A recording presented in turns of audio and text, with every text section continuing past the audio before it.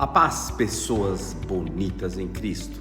Nós vimos anteriormente como os discípulos tinham pensamentos e conclusões seletivas, ao gosto deles mesmo, né?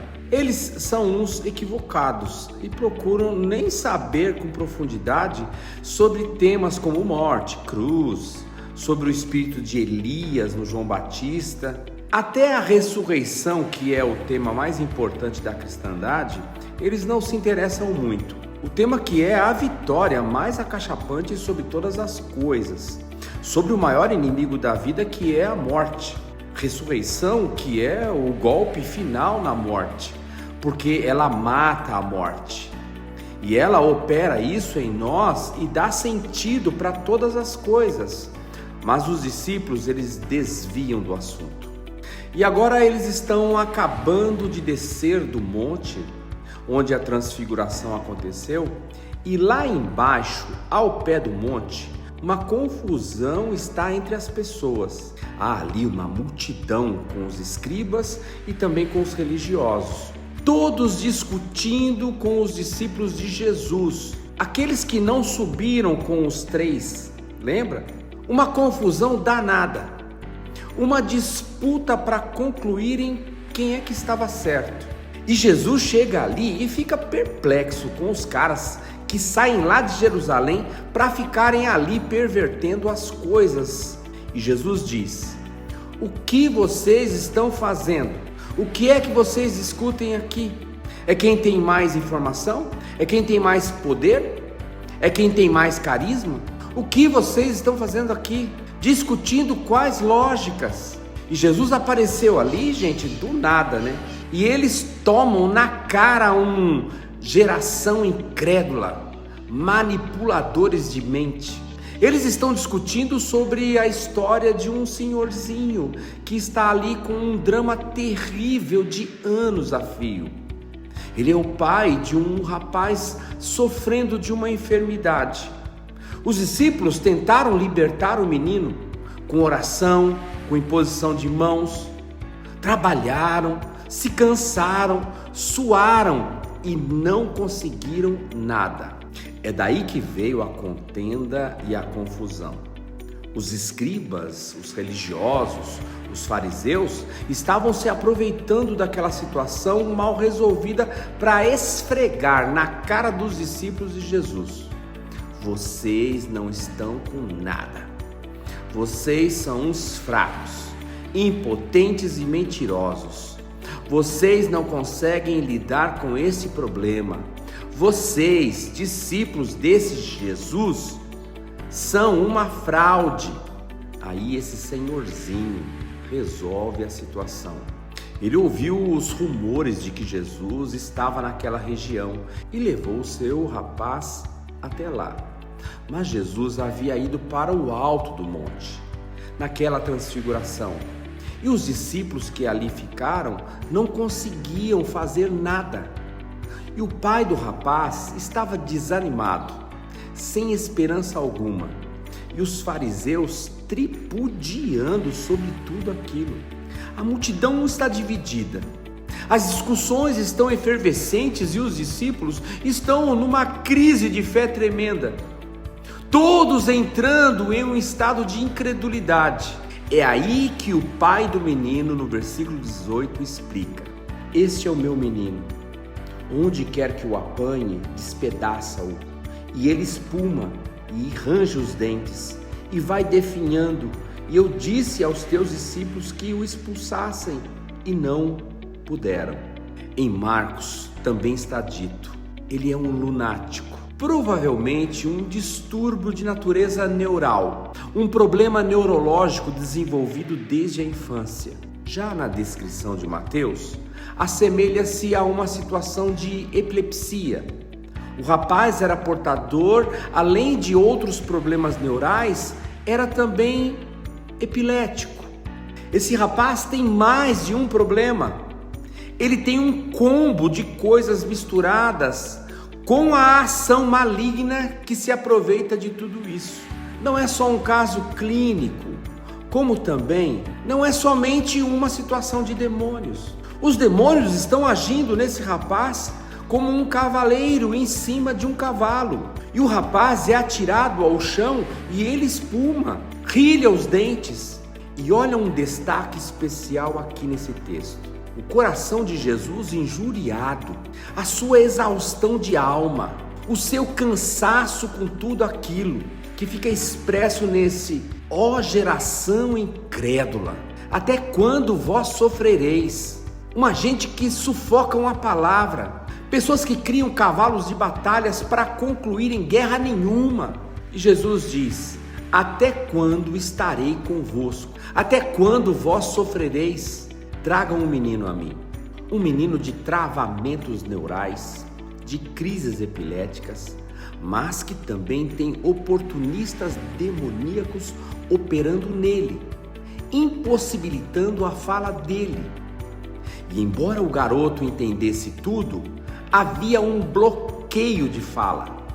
E esse é um desses quesitos onde se concentra a trava demoníaca no rapaz. Um rapaz extremamente vulnerável em sua mente, sem chances de resistir estas investidas de demônios oportunistas. Um rapaz sem defesas e sem escudos naturais humanos. Esse rapaz é vítima das circunstâncias de uma enfermidade, mas também da ação demoníaca sobre suas fraquezas. Porque para resistir ao diabo, basta resistir. Como Tiago diz: resisti e ele fugirá de vocês. E aqui está um indivíduo que não consegue resistir. Ele tem a sua imagem reduzida a zero, com uma vulnerabilidade encarnada em si, arrasadora de personalidade, que faz dele se ver como uma pessoa possessa do mal. Imagina a cabeça desse rapaz oprimido, até antes do diabo, por uma circunstância perversa de natureza psíquica e neural. E depois, o oportunista maligno ainda o oprime mais, acrescentando males e males, junto com as deficiências múltiplas a esse garoto, que o faz pensar que ele era uma aberração ambulante, sem cura. Vejam a calamidade que se conclui nesta hora.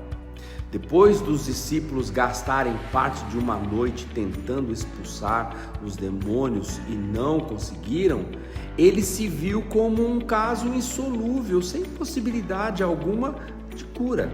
O garoto, no meio daquela discussão toda, ele tinha virado o tema dos debates daquela hora, o assunto daquele momento. Lá está ele se sentindo o pior dos seres viventes. Percebem a paciência de Jesus em estado calamitoso também?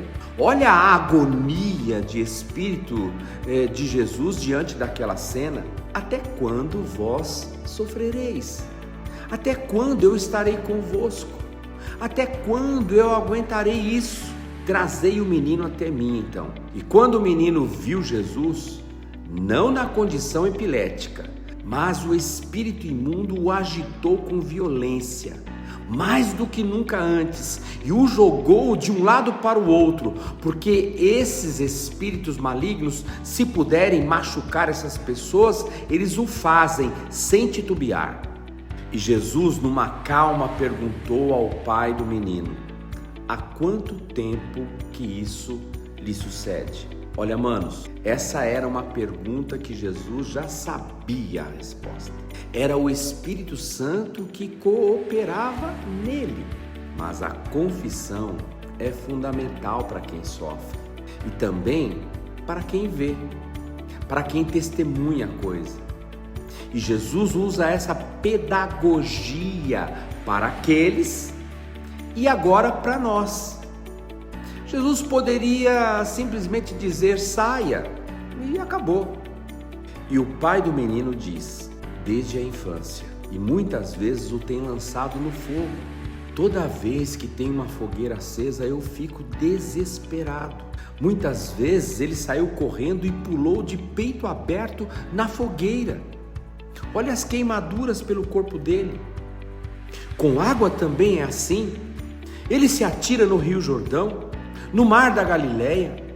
A intenção maligna é matá-lo. Eu já tive que socorrê-lo muitas vezes, senão ele morria afogado. A descrição aqui é digna de compaixão profunda. Olha, manos, na visão pelo lado de fora, esse garoto sofre com o desejo e até com a determinação de suicídio. Então ele precisa ser vigiado o tempo todo, senão ele faz. Olha o sofrimento desse pai, que nesse caso aqui confessa vividamente o quanto ama esse garoto assombrado. Mas olha o que causou no coração daquele senhorzinho. Aquela disputa teológica religiosa, aquele embate entre os fariseus e os discípulos.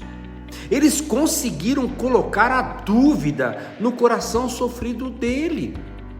E ele diz: Senhor, se tu podes fazer alguma coisa, tem compaixão de nós, porque os seus discípulos não puderam. Tende compaixão de nós.